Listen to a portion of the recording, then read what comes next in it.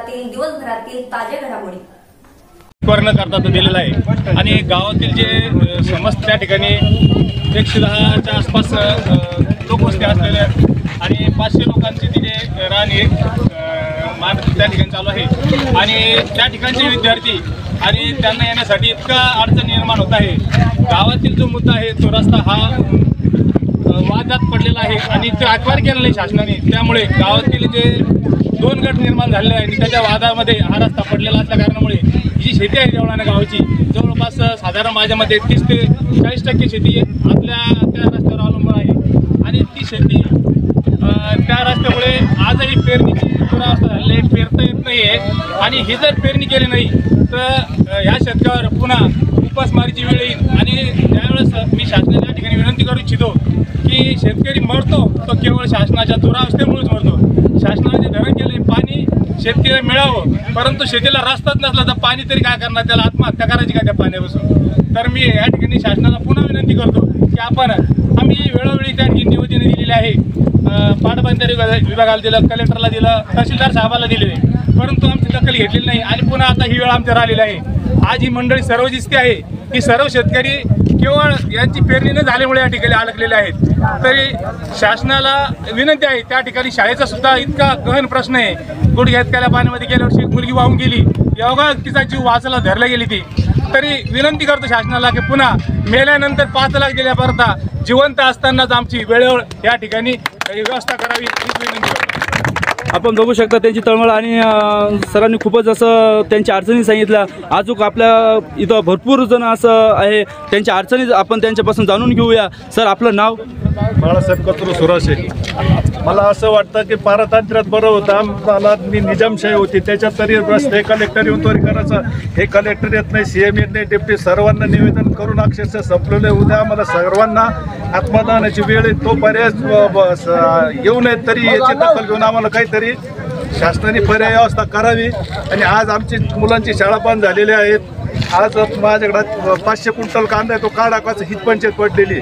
उद्या मला कलेक्टर ऑफिसला जाऊन आत्मदान करावं लागेल, तर पर्यायचं नाही तर रस्ता नाही, ते काढायचं कुठून? ही अशी प्रत्येकाची दुरावस्था आहे। शाळा, मुलं, वृद्ध असं काही नाही की मी एकटा शेतकरी माझंच नाही, असे 500 लोकांची समस्या आहे। आता तुमची भावना काय? जोपर्यंत कोणताही अधिकारी येत नाही तोपर्यंत तुम्ही रस्ता रोखून ठाम राहणार। आपण बघू शकता त्यांचं म्हणणं असं आहे की जोपर्यंत तहसीलदार साहेब इथं येत नाही किंवा कोणत्याही प्रकारची इथं जोपर्यंत अधिकारी येत नाही तोपर्यंत आम्ही रस्ता रोको थांबणार नाही, अशी ग्रामस्थांची मागणी आहे। आपण बघू शकता अजून कोणाला बोलायचं? बोला अण्णा, बोला। तुमचं नाव? रघुनाथ आसाराम गवळी। मी पण इथंच काजरपूर शिवारातला एक शेतकरी आहे। आता सध्या जर समजा जे अधिकारी आम्हाला निवेदन घ्यायला येतील किंवा आमची समज घालायला येतील त्यांनी जर काजरपुरापर्यंत पायी जाऊन जर ते जर वापस आले व्यवस्थित तर आम्ही 6 महिने थांबू शकतो। त्यांनी पायी जायला सुद्धा रस्ता नाही आहे, त्याच्यामुळे ते लोकांचे आता काही लोकांचे पिकं पेरण्या बाकी आहे, कोणाला खत न्यायचं आहे, कोणाला बियाणं न्यायचं आहे, कोणाला शेतामध्ये मेहनत करायची आहे, कुठलीच मेहनत करायला किंवा कशाला जायला रस्ताच नाही राहिलेला आहे। त्याच्यामुळे शासनानं याची दखल घेतली पाहिजे। तुम्ही तुमच्या याच्यावर ठाम आहे, जोपर्यंत कोणत्याही प्रकारचा अधिकारी येत नाही तोपर्यंत तुम्ही उठणार नाही। आपण बघू शकतात, मी किशोर जाधव, सुपर महाराष्ट्र न्यूज। आपण बघू शकतात आणि त्या जमिनीसाठी आज पेरणी करण्यासाठी किंवा खत नेण्यासाठी आम्हाला रस्ता बंद आहे। आमच्या शेती तिकडं पडीत पडलेले आहे, आम्ही खूप त्रस्त झालेलो आहे इथे पूर्ण शेतकरी, आणि त्याच्याकरता आम्हाला अतितातडीनं शासनानं रस्ता चालू करून देण्यात यावा, याच्यासाठी आम्ही आंदोलन केलेलं आहे, रस्ता रोको आंदोलन केलेलं आहे। तहसीलदारला आणि कलेक्टरला आम्ही ते निवेदन दिलेले आहे का आम्हाला रस्ता चालू करून देण्यात यावा। त्यांना आज करू उद्या करू अशा आम्हाला थापा मारीत आतापर्यंत आणलेलं आहे, पण आम्ही आंदोलनाचं पूर्ण निवेदन तहसीलदार, पोलीस स्टेशन यांना सगळ्याला दिलेलं आहे। आता अजूनही 3 घंटे झाले आम्हाला बसून, तहसीलदार साहेबने किंवा कलेक्टरने किंवा पोलीसवाले नाही। एवढं बोलून माझे 2 शब्द संपवतो। तसंच आपण इथं भरपूर जण जमलेले आहेत, त्यांच्या आपण ग्रामस्थ खूप जमलेले आहेत, त्यांच्याकडून आपण त्यांच्या भावना आणि अडचणी विचारू. बाबा तुमचं नाव? तुम्ही राहायला कुठे इथंच आहे का? बरं, काय अडचणी आहे तुमच्या? बरोबर. तसंच गाडी बैल बी जात नाही त्यांची. बोला बोला बोला बोला बोला. काहीच जात नाही, गाडी जात नाही ना, पायी सुद्धा चालतं. तसंच अजून भरपूर जण आहे इथं ग्रामस्थ. आपण यांना विचारू. ग्रामस्थ तुमचं काय अडचण काय तुमची? उभं राहा उभं राहा उभं राहा. एक एक राहा ना, उभं राहा. हो असं नका बा, तीनदा व्हिडिओ चालू होतो. ते शेतामध्ये जाण्यासाठी रस्ताच नाही आहे. 2-3 वर्षापासून एवढी परेशानी चालू आहे. सरकार नुसतं निवडून यायपुरतं सांगतं का बा असं रस्ते करून देऊ, प्रगती करू म्हणते. काय प्रगती करतं सरकार? समजा नुसतं बोलाच्या थापामध्ये ते तिकडे दिल्लीला राहत्या, काही मुंबईला राहत्या. इथे शेतकऱ्याची हैराणी होती शेतीमध्ये. जरा शेतीची मूठ धरून पहा म्हणा ना. जरा काँग्रेस शेतामध्ये नुसतं शेती म्हणजे भारत म्हणजे नुसता कृषीप्रधान देश समजला जातो. पण आहे का काही शेतकऱ्याच्या पाठीमागे ते? आज परिस्थिती, सत्य परिस्थिती काय आहे शेतकऱ्याची? नुसते आपले पुढारी येत्या आणि काहीतरी सांगून जात्या. तुम्हाला याच्या पहिलं कोणी आश्वासन दिलं होतं?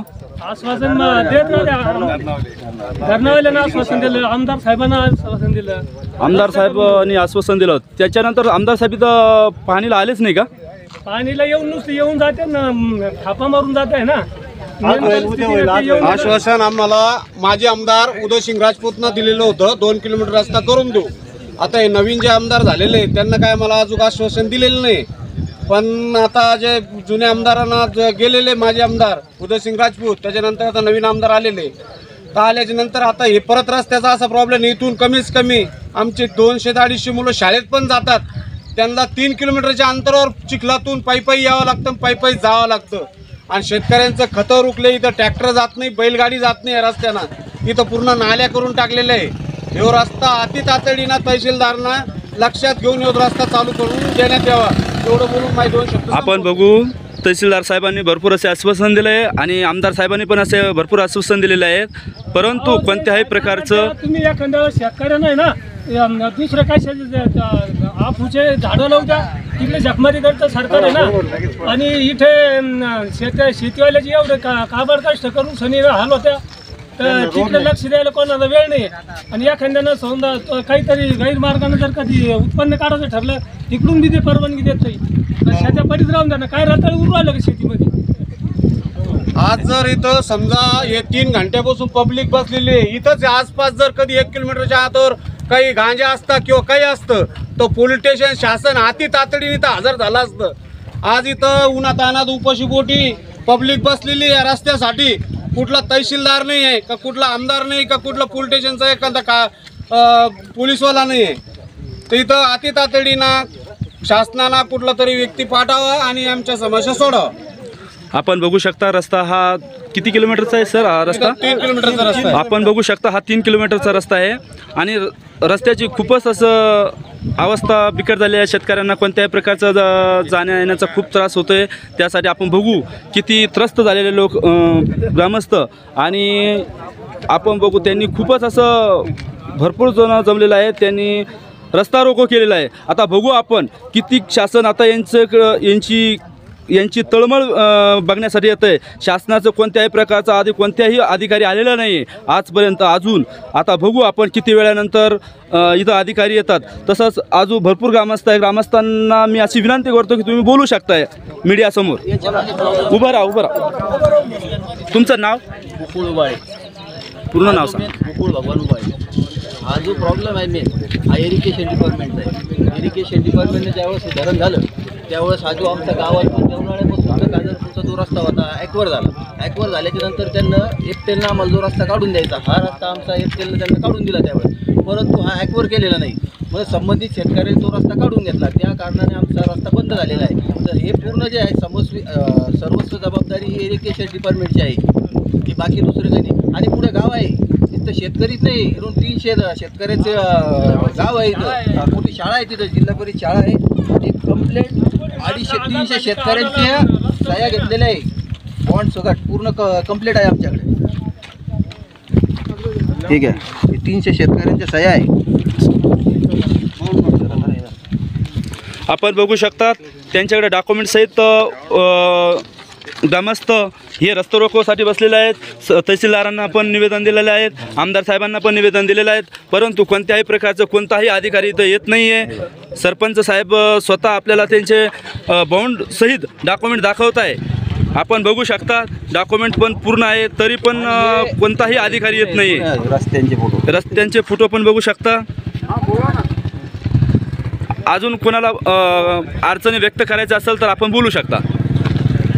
पूरा इरिगेशन डिपार्टमेंटचाच हलगर्जीपणा आहे.